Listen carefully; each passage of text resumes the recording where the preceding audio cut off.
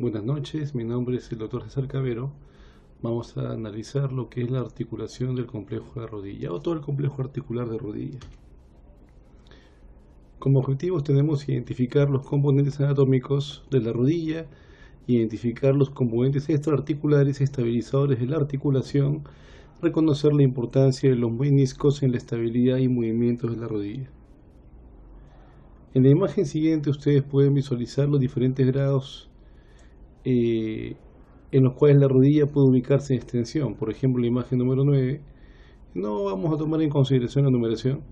En esta imagen ustedes pueden ver la extensión de rodilla ligado a una flexión de cadera. En la imagen número 10, extensión de rodilla realizando apoyo. Y en la imagen siguiente, una extensión de rodilla considerando la estabilidad de la misma articulación en un plano de gravitado. En todos los rangos que ven ustedes, salvo en el número 10 donde ven cierta flexión de rodilla, se considera que estamos llegando a una extensión máxima de rodilla, ya sea durante actividades que impliquen movimiento libre de la extremidad distal, como actividades en las cuales la rodilla juega un papel estabilizador. Igual acá, en este caso en particular ustedes pueden evidenciar ciertos reparos con respecto al flexo de rodilla. ¿A qué me refiero con eso? En la imagen número 12 ustedes pueden ver que la rodilla llega a 140 grados de flexión. Si partimos de esta línea que estoy señalando, que vendría a ser la línea en la cual mi rodilla está en extensión máxima, a partir de ahí yo considero de 0 a 140 grados.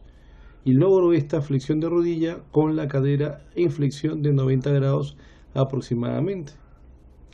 En la imagen número 13 veo que igual realizo la flexión de rodilla, pero a una angulación de 0 a 120 grados, con la cadera en extensión.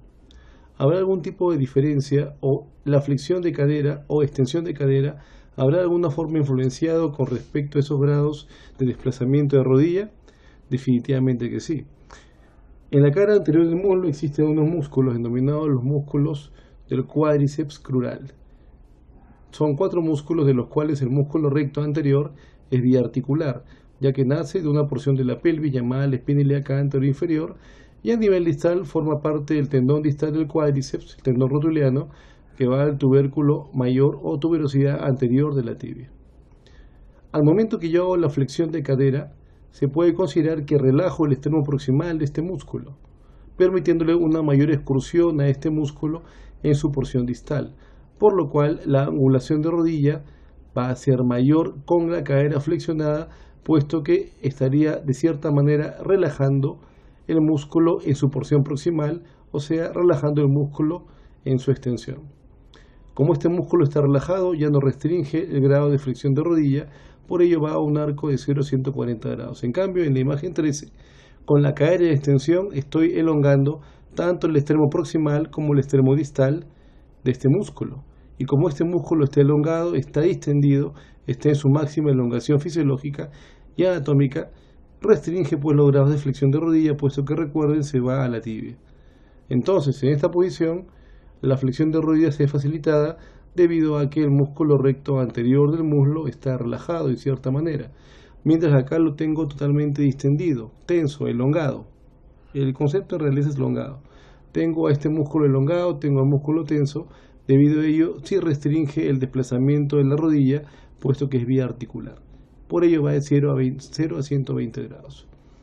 Ambos movimientos, el que ven en la imagen 12 y en la imagen 13, hacen referencia a movimiento libre, movimiento activo, mientras que en la imagen número 14 ustedes pueden ver que asociado a esta postura, asociado a la carga, se puede desarrollar una mayor angulación de rodilla, 0 a 160 grados. Asociado a la carga sería un rango articular pasivo. El concepto para este tipo de desplazamientos es rango articular pasivo. Regresamos un rato a la imagen anterior. Algo similar uno puede evidenciar cuando uno valora lo que es la rodilla, ¿sí? Pero de manera muy discreta, asociado justamente a lo que es la carga de peso. En la número 9 ustedes pueden ver cómo en este caso la extremidad que está de apoyo realiza extensión de rodilla asociado a una cadera rotada externamente. Esta vendría a ser una actividad de extensión de rodilla con la extremidad en carga, para lo cual se debe considerar de manera muy precisa la ubicación del centro de gravedad que más adelante desarrollaremos. En este caso se evalúa la extensión de rodilla en una actividad libre, una cadena abierta que más adelante vamos a definir de qué se trata, en la cual la extensión de rodilla no juega un papel estabilizador, sino un papel movilizador, un papel de movimiento, un papel que ejecuta una actividad libre a nivel de la región distal. Muy bien. Algo más que debemos revisar nosotros es que, si bien es cierto, la articulación de rodilla, la femorotibial en particular, de manera anatómica es bicondilia, hay una condilartrosis en la región lateral y una condilartrosis en la región medial, o sea, es condilar tanto a nivel lateral como a nivel medial. De manera funcional se comporta como una trocleartrosis, como una articulación uniaxial en forma de polea. Debido a ello es que esta articulación de rodilla solo puede realizar movimientos de flexión y extensión en el plano sagital, al ser trocleartrosis, al ser uniaxial. El asunto es el siguiente, que cuando la rodilla está en ciertos grados de flexión, los ligamentos que le dan estabilidad a la articulación se relajan, vale decir mi ligamento cruzado anterior y mi ligamento cruzado posterior. Debido a ello es que yo puedo realizar movimientos de rotación de la pierna con respecto al muslo, como en la imagen 16, rotación interna, o en la 17, rotación externa. Este movimiento de rotación de la pierna con respecto al muslo en la rodilla no se considera como un movimiento libre de la articulación femorotibial, simplemente es un bostezo o un movimiento en paralelo que se puede desarrollar debido a que los ligamentos que estabilizan la rodilla y que no son reclutados en particular durante esta actividad se encuentran relajados, y como no los necesito para hacer la actividad, permiten estos movimientos que podrían considerarse como movimientos anormales, movimientos que no hay estabilidad, pero como es un movimiento libre, un movimiento en el cual el extremo distal de la pierna no está apoyada en el piso o en superficie, no tendría mayor relevancia. Entonces, movimiento de rotación interna o externa de la pierna con respecto al pie o de la rodilla. También se puede evidenciar con un paciente en decúbito ventral o decúbito prono, en la cual yo realizo esa rotación externa de la pierna en una angulación que va de 0 a 45-50 grados, o la puedo rotar internamente en una angulación que va de 0 a 30-35 grados. Vale recalcar que cuando yo tengo la rodilla en extensión, ya no puedo yo desarrollar esa rotación externa o interna de la pierna con respecto al muslo, debido a que en extensión de rodilla mis ligamentos cruzados están tensos. Lo análogo o lo que podría confundir tal vez es que cuando yo trato de hacer ese movimiento que realizaba, por ejemplo, de esta manera, en la imagen número 17 con rodilla flexionada, al tratar de replicarlo con rodilla extendida, lo que estaría rotando no es la pierna con respecto al muslo o la rodilla, sino estaría rotando externamente la cadera. Entonces, esa capacidad de la rodilla de rotar externa o internamente se pierde cuando tengo la rodilla totalmente de extensión, debido a que tengo los ligamentos cruzados totalmente tensos. ¿Sí? En esta imagen número 20, lo que estaría tratando de hacer al replicar lo que he desarrollado en la imagen 17 es una rotación externa de cadera. Ahora, la articulación va a estar formada por 4 huesos. Tengo la articulación femorotibial, acá ustedes pueden ver la región distal del fémur y la región proximal de la tibia. Tengo la articulación femoropatelar, fémur distal con rótula, y tengo la articulación tibio-peronea superior que no se ve en este corte sagital.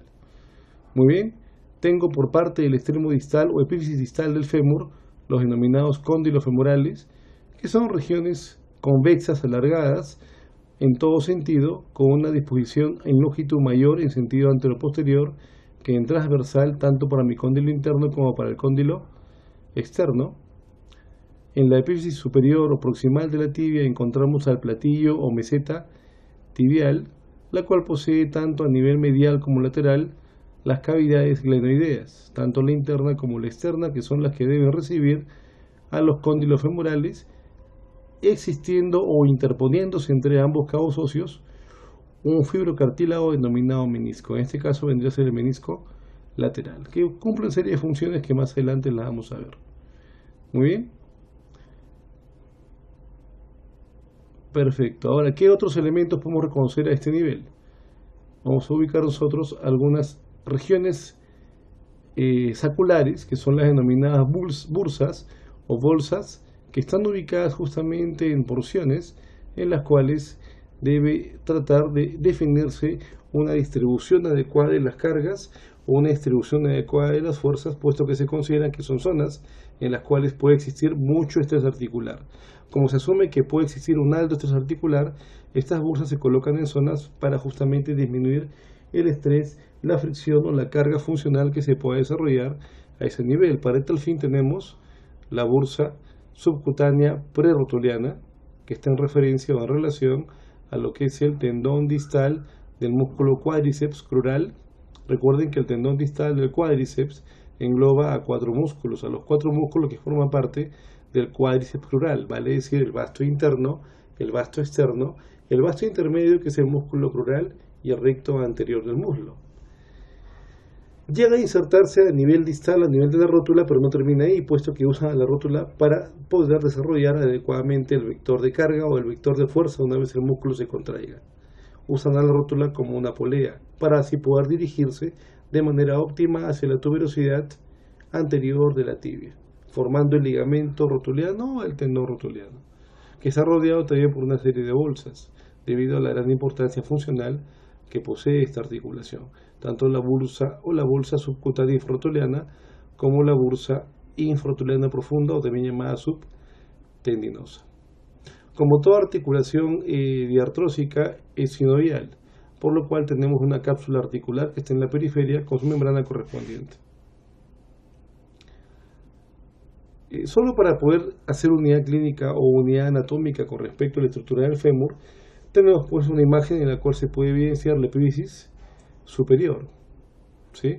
En la cual ustedes reconocen ya algunas partes, por ejemplo, la cabeza femoral, la cual equivale a las 2/3 partes de una esfera irregular con su fosita para el ligamento redondo o fovea capitis. Un cuello anatómico, ¿sí?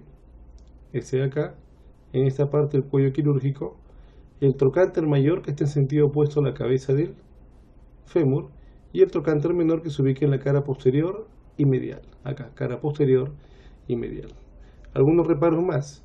Bueno, el cuello femoral posee una angulación con respecto a la diáfisis de ese mismo hueso de aproximadamente 135 grados, ¿de acuerdo? Y además posee de 10 a 40 grados de anteversión, es decir, un desplazamiento anterior del cuello femoral con respecto al plano coronal, ¿sí? Entre el trocánter mayor y trocánter menor en cara anterior existe una línea llamada la línea intertrocantérica, mientras que en cara posterior entre trocánter mayor y trocánter menor hay una cresta, la llamada cresta intertrocantérica. Y justamente a este nivel uno puede evidenciar a nivel de la cara medial del trocánter mayor, mirando justamente hacia el cuello del fémur, la denominada fosita digital o fosita de los obturadores. Se insertan ahí 4 músculos que son justo de la región glútea: gémino superior, gémino inferior, obturador interno y obturador externo. Muy bien. Ahora evaluamos rápidamente lo que es la diáfisis. Como ustedes pueden ver, es una diáfisis de forma triangular, con una cara anterior, un borde lateral, un borde medial y un borde posterior, delimitando a la cara interna y a la cara externa. Este borde posterior se denomina línea áspera del fémur, la cual va a poseer 2 labios, un labio interno y un labio externo. Ahora, a nivel superior, esta línea áspera del fémur se va a trifurcar formando 3 crestas, la denominada cresta glútea, 1, 2, la cresta pectínea y 3, la cresta del vasto interno. Cresta glútea, cresta pectínea y cresta del vasto interno, ¿sí? Las 3 representan zonas de inserción para músculos a ese nivel. Con respecto a la cresta pectínea y cresta glútea, serían inserciones distales de esos músculos. En cambio, para el vasto interno sería inserción proximal. Acá ustedes pueden ver el agujero nutricio. Ahora, con respecto a la región distal de este hueso femoral, tenemos pues que a nivel distal existe la tuberosidad femoral externa, la tuberosidad femoral interna, y en cada tuberosidad existe un cóndilo: el cóndilo femoral externo y el cóndilo femoral interno, o cóndilo lateral y cóndilo medial. Por delante, ambos cóndilos forman dos carillas planas con una garganta o depresión central, que es la llamada garganta femoral. ¿De acuerdo? Una garganta en la cual se va a articular la rótula o patela, puesto que esa rótula o patela posee una disposición muy similar a la que ustedes están viendo que describo, solo que en ese caso la cara posterior de la patela posee la región convexa. ¿Sí? Dos carillas planas con una concavidad o una tróclea a nivel central o una garganta, y en el lado de la rótula debe haber dos carillas planas con una convexidad, justamente para formar la trocleartrosis anatómica y de manera funcional femoropatelar. Muy bien. Si uno visualiza la cara posterior de este epífisis, encontramos lo que les mencioné: el cóndilo medial, cóndilo lateral, la fosa intercondílea, ¿sí?, con una cresta por encima llamada la cresta intercondílea. Ahora, así como mi línea áspera del fémur a nivel superior se trifurcaba en cresta glútea, cresta pectínea y cresta del vaso interno, a nivel inferior esa línea áspera se va a bifurcar en la llamada cresta supracondilia interna y cresta supracondilia externa.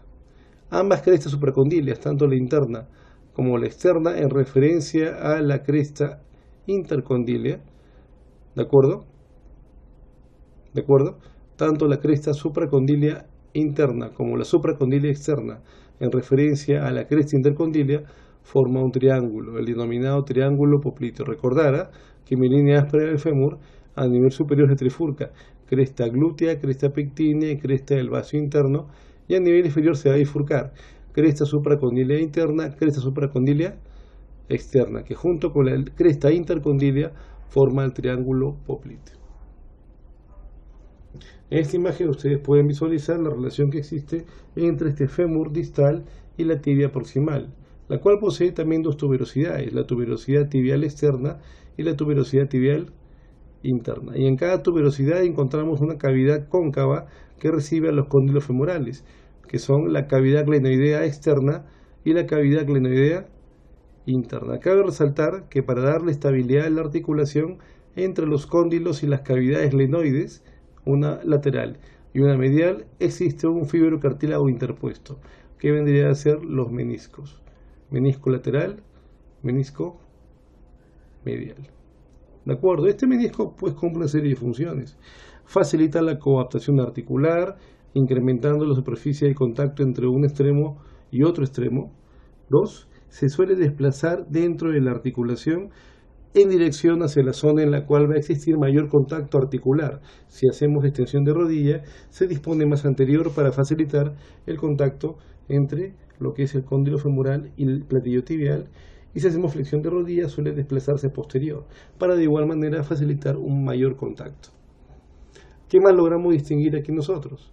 La articulación tibio-peronea superior, ¿de acuerdo?, la cual es una diartrosis tipo artrodia, y la presencia de dos ligamentos, el ligamento cruzado antero-externo o cruzado anterior y el ligamento cruzado posterior-interno o cruzado posterior. ¿Sí?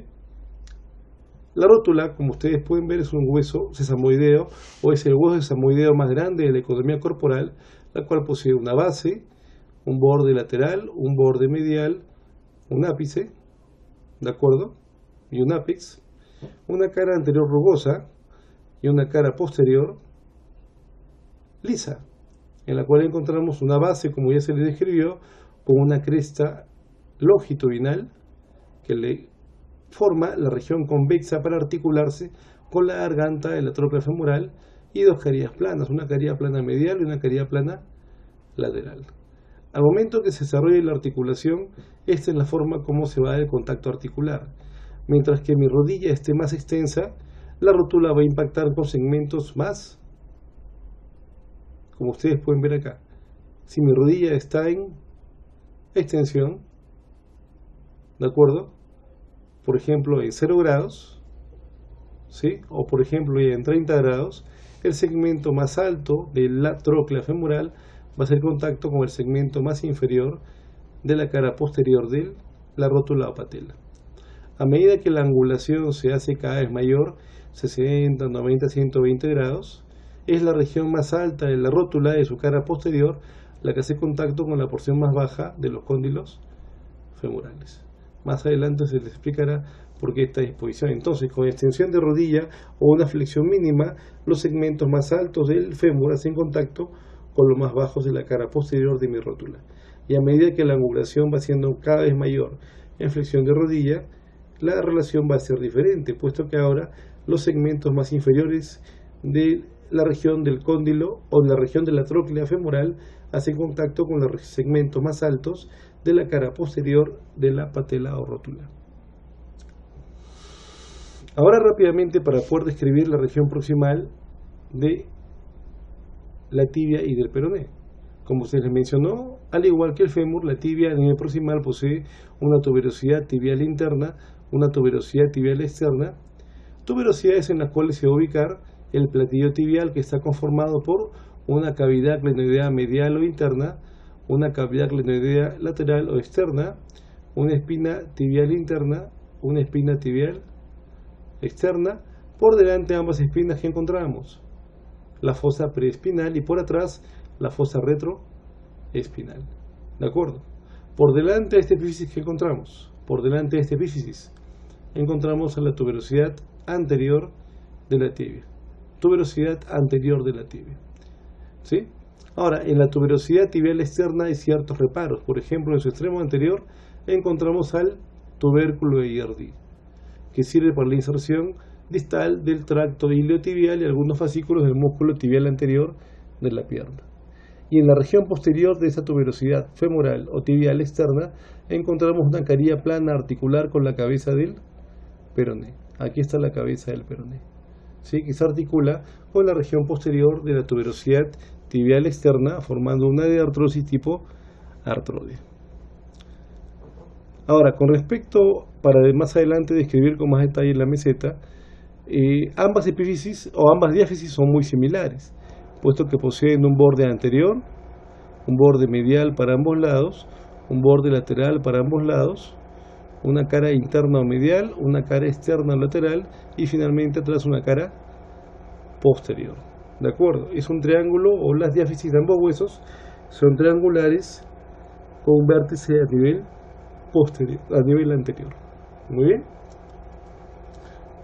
Perfecto. Entre ambas caras que se miran, tanto entre la tibia y el peroné, hay dos crestas, uno para cada hueso, la llamada cresta interósea, de la cual va a nacer el denominado ligamento interóseo, y como ustedes saben, es una sindesmosis. En la cara posterior de la tibia encontramos a la cresta tibial o línea tibial. ¿De acuerdo? También se le puede llamar línea del sóleo. Cresta oblicua o línea oblicua de la tibia, también llamada línea del sóleo, puesto que se inserta ahí el músculo sóleo, que es uno de los 4 músculos del cuádriceps sural. Bueno, como una especie de introducción a lo que más adelante veremos en tobillo, encontramos la región distal tanto de la tibia como del peroné. ¿Sí? Una región distal tibial en la cual encontramos el maleolo medial o maleolo interno, la articulación tibio-peronea inferior, la cual es una diartrosis tipo artrodia, y la región distal del peroné, que vendría a formar parte del maleolo externo. Ahora, el maleolo posee una caría articular no para la tibia, sino una caría articular en espera al cuerpo polea del astragal. ¿De acuerdo? Y somos un poco más minuciosos. Si en la cara medial de este maleolo externo o peroneal o fibular por delante encontramos a la articulación, ¿de acuerdo? O por delante encontramos la zona articular con el astrágalo, en la región posterior hay una fosita pequeña, que es para uno de los 3 ligamentos que estabiliza esta articulación en la cara posterior y en la cara externa, que es el ligamento peroneo astragalino posterior, y cuya fosa está ubicada justamente ahí, en la cara medial y posterior del maleolo peroneal o maleolo externo. Lo que les mencioné con respecto a las diáfisis, perfecto, una vista superior en la cual ustedes pueden evidenciar lo que les mencioné. Cavidad glenoidea interna para el cóndilo interno o medial, cavidad glenoidea externa para el cóndilo externo o lateral, espina tibial interna, espina tibial externa, espacio preespinal y espacio retroespinal. ¿De acuerdo? Preespinal y retroespinal. Y cuando ya vemos este complejo articular todo y junto a sus meniscos, encontramos pues que el menisco interno es más alargado en sentido antero-posterior que transversal y tiene forma de media luna, mientras que el menisco externo es un poco más circular en forma de C o en forma de O. ¿De acuerdo? El menisco lateral o menisco externo. Acá se puede ver como detalle o un detalle muy importante lo que es mi ligamento cruzado anterior, que va desde el espacio preespinal que les mencioné hacia el cóndilo externo femoral, hacia la cara medial del cóndilo externo. Entonces mi ligamento cruzado anterior va del espacio preespinal, espacio que en la meseta está por delante de las espinas, tanto interna como externa, ¿de acuerdo? Y se dirige hacia la cara medial del cóndilo externo. Por ello, como de abajo hacia arriba sale, se considera el ligamento cruzado anterior. En cambio, el ligamento cruzado posterior, ¿sí? El ligamento cruzado posterior lo que hace es desplazarse del espacio retroespinal, acá, del espacio retroespinal, ¿hacia dónde? Hacia la cara medial, ¿sí? Del cóndilo interno. Por ello es el ligamento cruzado posterior. Acá se ve con más detalle ligamento cruzado anterior y ligamento cruzado posterior. Pregunta: ya se les mencionó que la articulación de rodilla puede tolerar ciertos desplazamientos cuando mi rodilla está en ligera flexión, es decir, rotar externa o internamente la pierna. Se pierde ello cuando los ligamentos están soportando una articulación en flexión o extensión máxima, condiciones en las cuales no se va a permitir ese bostezo articular en sentido longitudinal, puesto que los ligamentos están totalmente relajados. También se puede evidenciar por acá el ligamento colateral externo y el ligamento colateral interno. Muy bien. Otra imagen para que ustedes puedan ver la relación que existe entre las estructuras que les he mencionado con el aparataje vascular. Por lo general, una lesión de menisco no cicatriza, o si lo hace muy lento. De acuerdo, hay ciertas condiciones o ciertos procesos que se pueden realizar para hacer que eso sea mucho más rápido o más acelerado. ¿De acuerdo? ¿Está bien? Lo que sí se puede notar con bastante claridad es que ninguno de los vasos que pueden emerger de este componente vascular, ¿de acuerdo?, termina siendo tan intenso que pueda provocar una solución de continuidad o una especie de desgarro o ruptura a nivel de ese menisco. ¿De acuerdo? ¿Sí? El menisco, ya sabemos, se desplaza en misma dirección que el movimiento a realizar o el movimiento en el cual se encontró la persona al momento de ser evaluada. ¿Sí? Perfecto. En esta imagen ustedes pueden ver justamente el desplazamiento que hace estos meniscos ligados a lo que es el desplazamiento de la articulación. ¿De acuerdo? El desplazamiento de la articulación y cómo el menisco se va a desplazar en dirección hacia la zona articular en la cual exista más contacto para facilitar una adecuada coadaptación.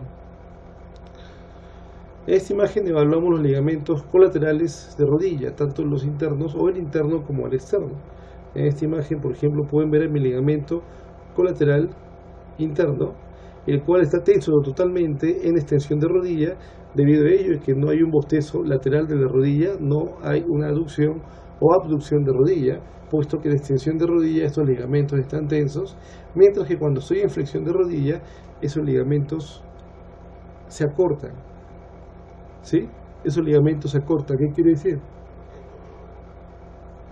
Que están distendidos, y si están distendidos no van a soportar la articulación. ¿Cuándo entonces mis ligamentos colaterales estabilizan más la articulación? Cuando la rodilla está en extensión, ¿sí? Cuando la rodilla se encuentra en extensión, ¿sí? Rangos intermedios de flexión lo que van a provocar que ese ligamento pierda la capacidad tensil, y al no estar tenso, al estar relajado o distendido, no va a soportar adecuadamente la articulación. Otro concepto que es importantísimo que tengan presente ustedes es el siguiente: el concepto de funcionalidad de la articulación, a pesar de que estructuralmente es de un tipo. Se les mencionó que esta articulación de manera estructural es una condilartrosis o una diartrosis tipo condilartrosis. Muy bien, en este caso ustedes están viendo que el diseño funcional del dodo de la articulación comprende la formación de una garganta o una polea. Una garganta o una polea, ¿sí? Una garganta o una polea troclear que se define tanto desde la articulación fémoro-patelar hasta la articulación fémoro-tibial. Y debido a ello es que esta articulación, si bien es cierto de manera anatómica, se comporta como una articulación condylar, de manera funcional se comporta como una tróclea o una patela por el diseño que ustedes pueden visualizar ahí. Ahora, también se pueden desarrollar ciertos movimientos dentro de la articulación, llamados movimientos intraarticulares. Estos pequeños movimientos intraarticulares son tres, ¿sí? ¿Cuáles son? Deslizamiento, rodamiento y rotación. Si analizamos, por ejemplo, uno por uno, van a ustedes darse cuenta que si el movimiento a desplazar en la articulación fuera solamente rodamiento, le faltaría espacio a la tibia para poder recibir a toda la zona articular de el fémur. Como ustedes pueden ver, si fuese rodamiento el movimiento que se va a deslizar cuando hacen rodar una moneda en el piso en sentido longitudinal, lo que se van a percatar ustedes es que como le falta espacio en la tibia al cóndilo femoral para poder articular, al momento de exagerar el movimiento o hacer un movimiento con un arco mayor, van a evidenciar que termina decoaptándose la articulación, como ven en la imagen 56. En cambio, si el movimiento fuese sobre su propio eje longitudinal, que es el movimiento de rotación, en el caso de que se desarrolle ese como único movimiento en mi articulación, van a darse cuenta que al no poder desplazarse ni adelante hacia atrás, solo estabilizar la articulación, sin deslizamiento posterior, habría un impacto entre la región distal del fémur y el platillo tibial. ¿De acuerdo? ¿Sí? Muy bien. Por eso es que el movimiento que debe desarrollarse en la articulación es el que pueden ver acá ustedes. Un movimiento de deslizamiento. Un deslizamiento en el cual varias superficies en la región móvil, que suele ser la convexa, puede ser también la cóncava, toque varios puntos de la otra articulación. ¿De acuerdo? Toque varios puntos. La cosa o la idea es que finalmente una gran proporción de tejido o cartílago articular del fémur impacte con varias zonas con respecto al platillo o meseta tibial. En esta imagen ustedes pueden ver, acá por ejemplo, ven la rótula o patela con los dos cóndilos femorales, con los dos platillos tibiales y mis espinas tibiales, tanto la interna como la externa. Aquí la articulación tibio-peronea superior. ¿Qué define acá la articulación? Esto ya es una imagen de una persona con cierta madurez, en la cual ustedes pueden ver cierto nivel de esclerosis, estas bandas blancas en la región de la meseta tibial. Y esa esclerosis es producto de una reacción del cartílago ante determinada compresión o compresiones que pueden causar demasiado daño y alterar toda la estabilidad articular. ¿Sí? Perfecto, como conclusión del video tenemos que la rodilla desde el punto de vista anatómico es bicondilia, pero de manera funcional se comporta como una, hay un error ahí, como una trocleartrosis. ¿Sí? Entonces de manera anatómica es bicondilia, pero de manera funcional es una trocleartrosis. Corrijan ese error. La articulación femoropatelar es una trocleartrosis. ¿Sí? Hay varios errores a corregir en esta última diapositiva. La articulación femoropatelar es una trocleartrosis y lo que hace es seguir simplemente la continuidad de movimiento que existe con respecto a lo que es el fémur y la tibia o la articulación femorotibial. ¿Sí? Y la estabilidad de rodilla depende de manera fundamental de los componentes extraarticulares. Muy bien, salvo estas pequeñas correcciones con respecto al diseño funcional de la articulación femorotibial y al diseño funcional de la femoropatelar, las cuales son trocleartrosis, se considera que el conjunto de ambas articulaciones permite desplazamientos uniaxiales, que en este caso serían la flexión y extensión de rodilla. Muy bien, ha sido un gusto, buenas noches.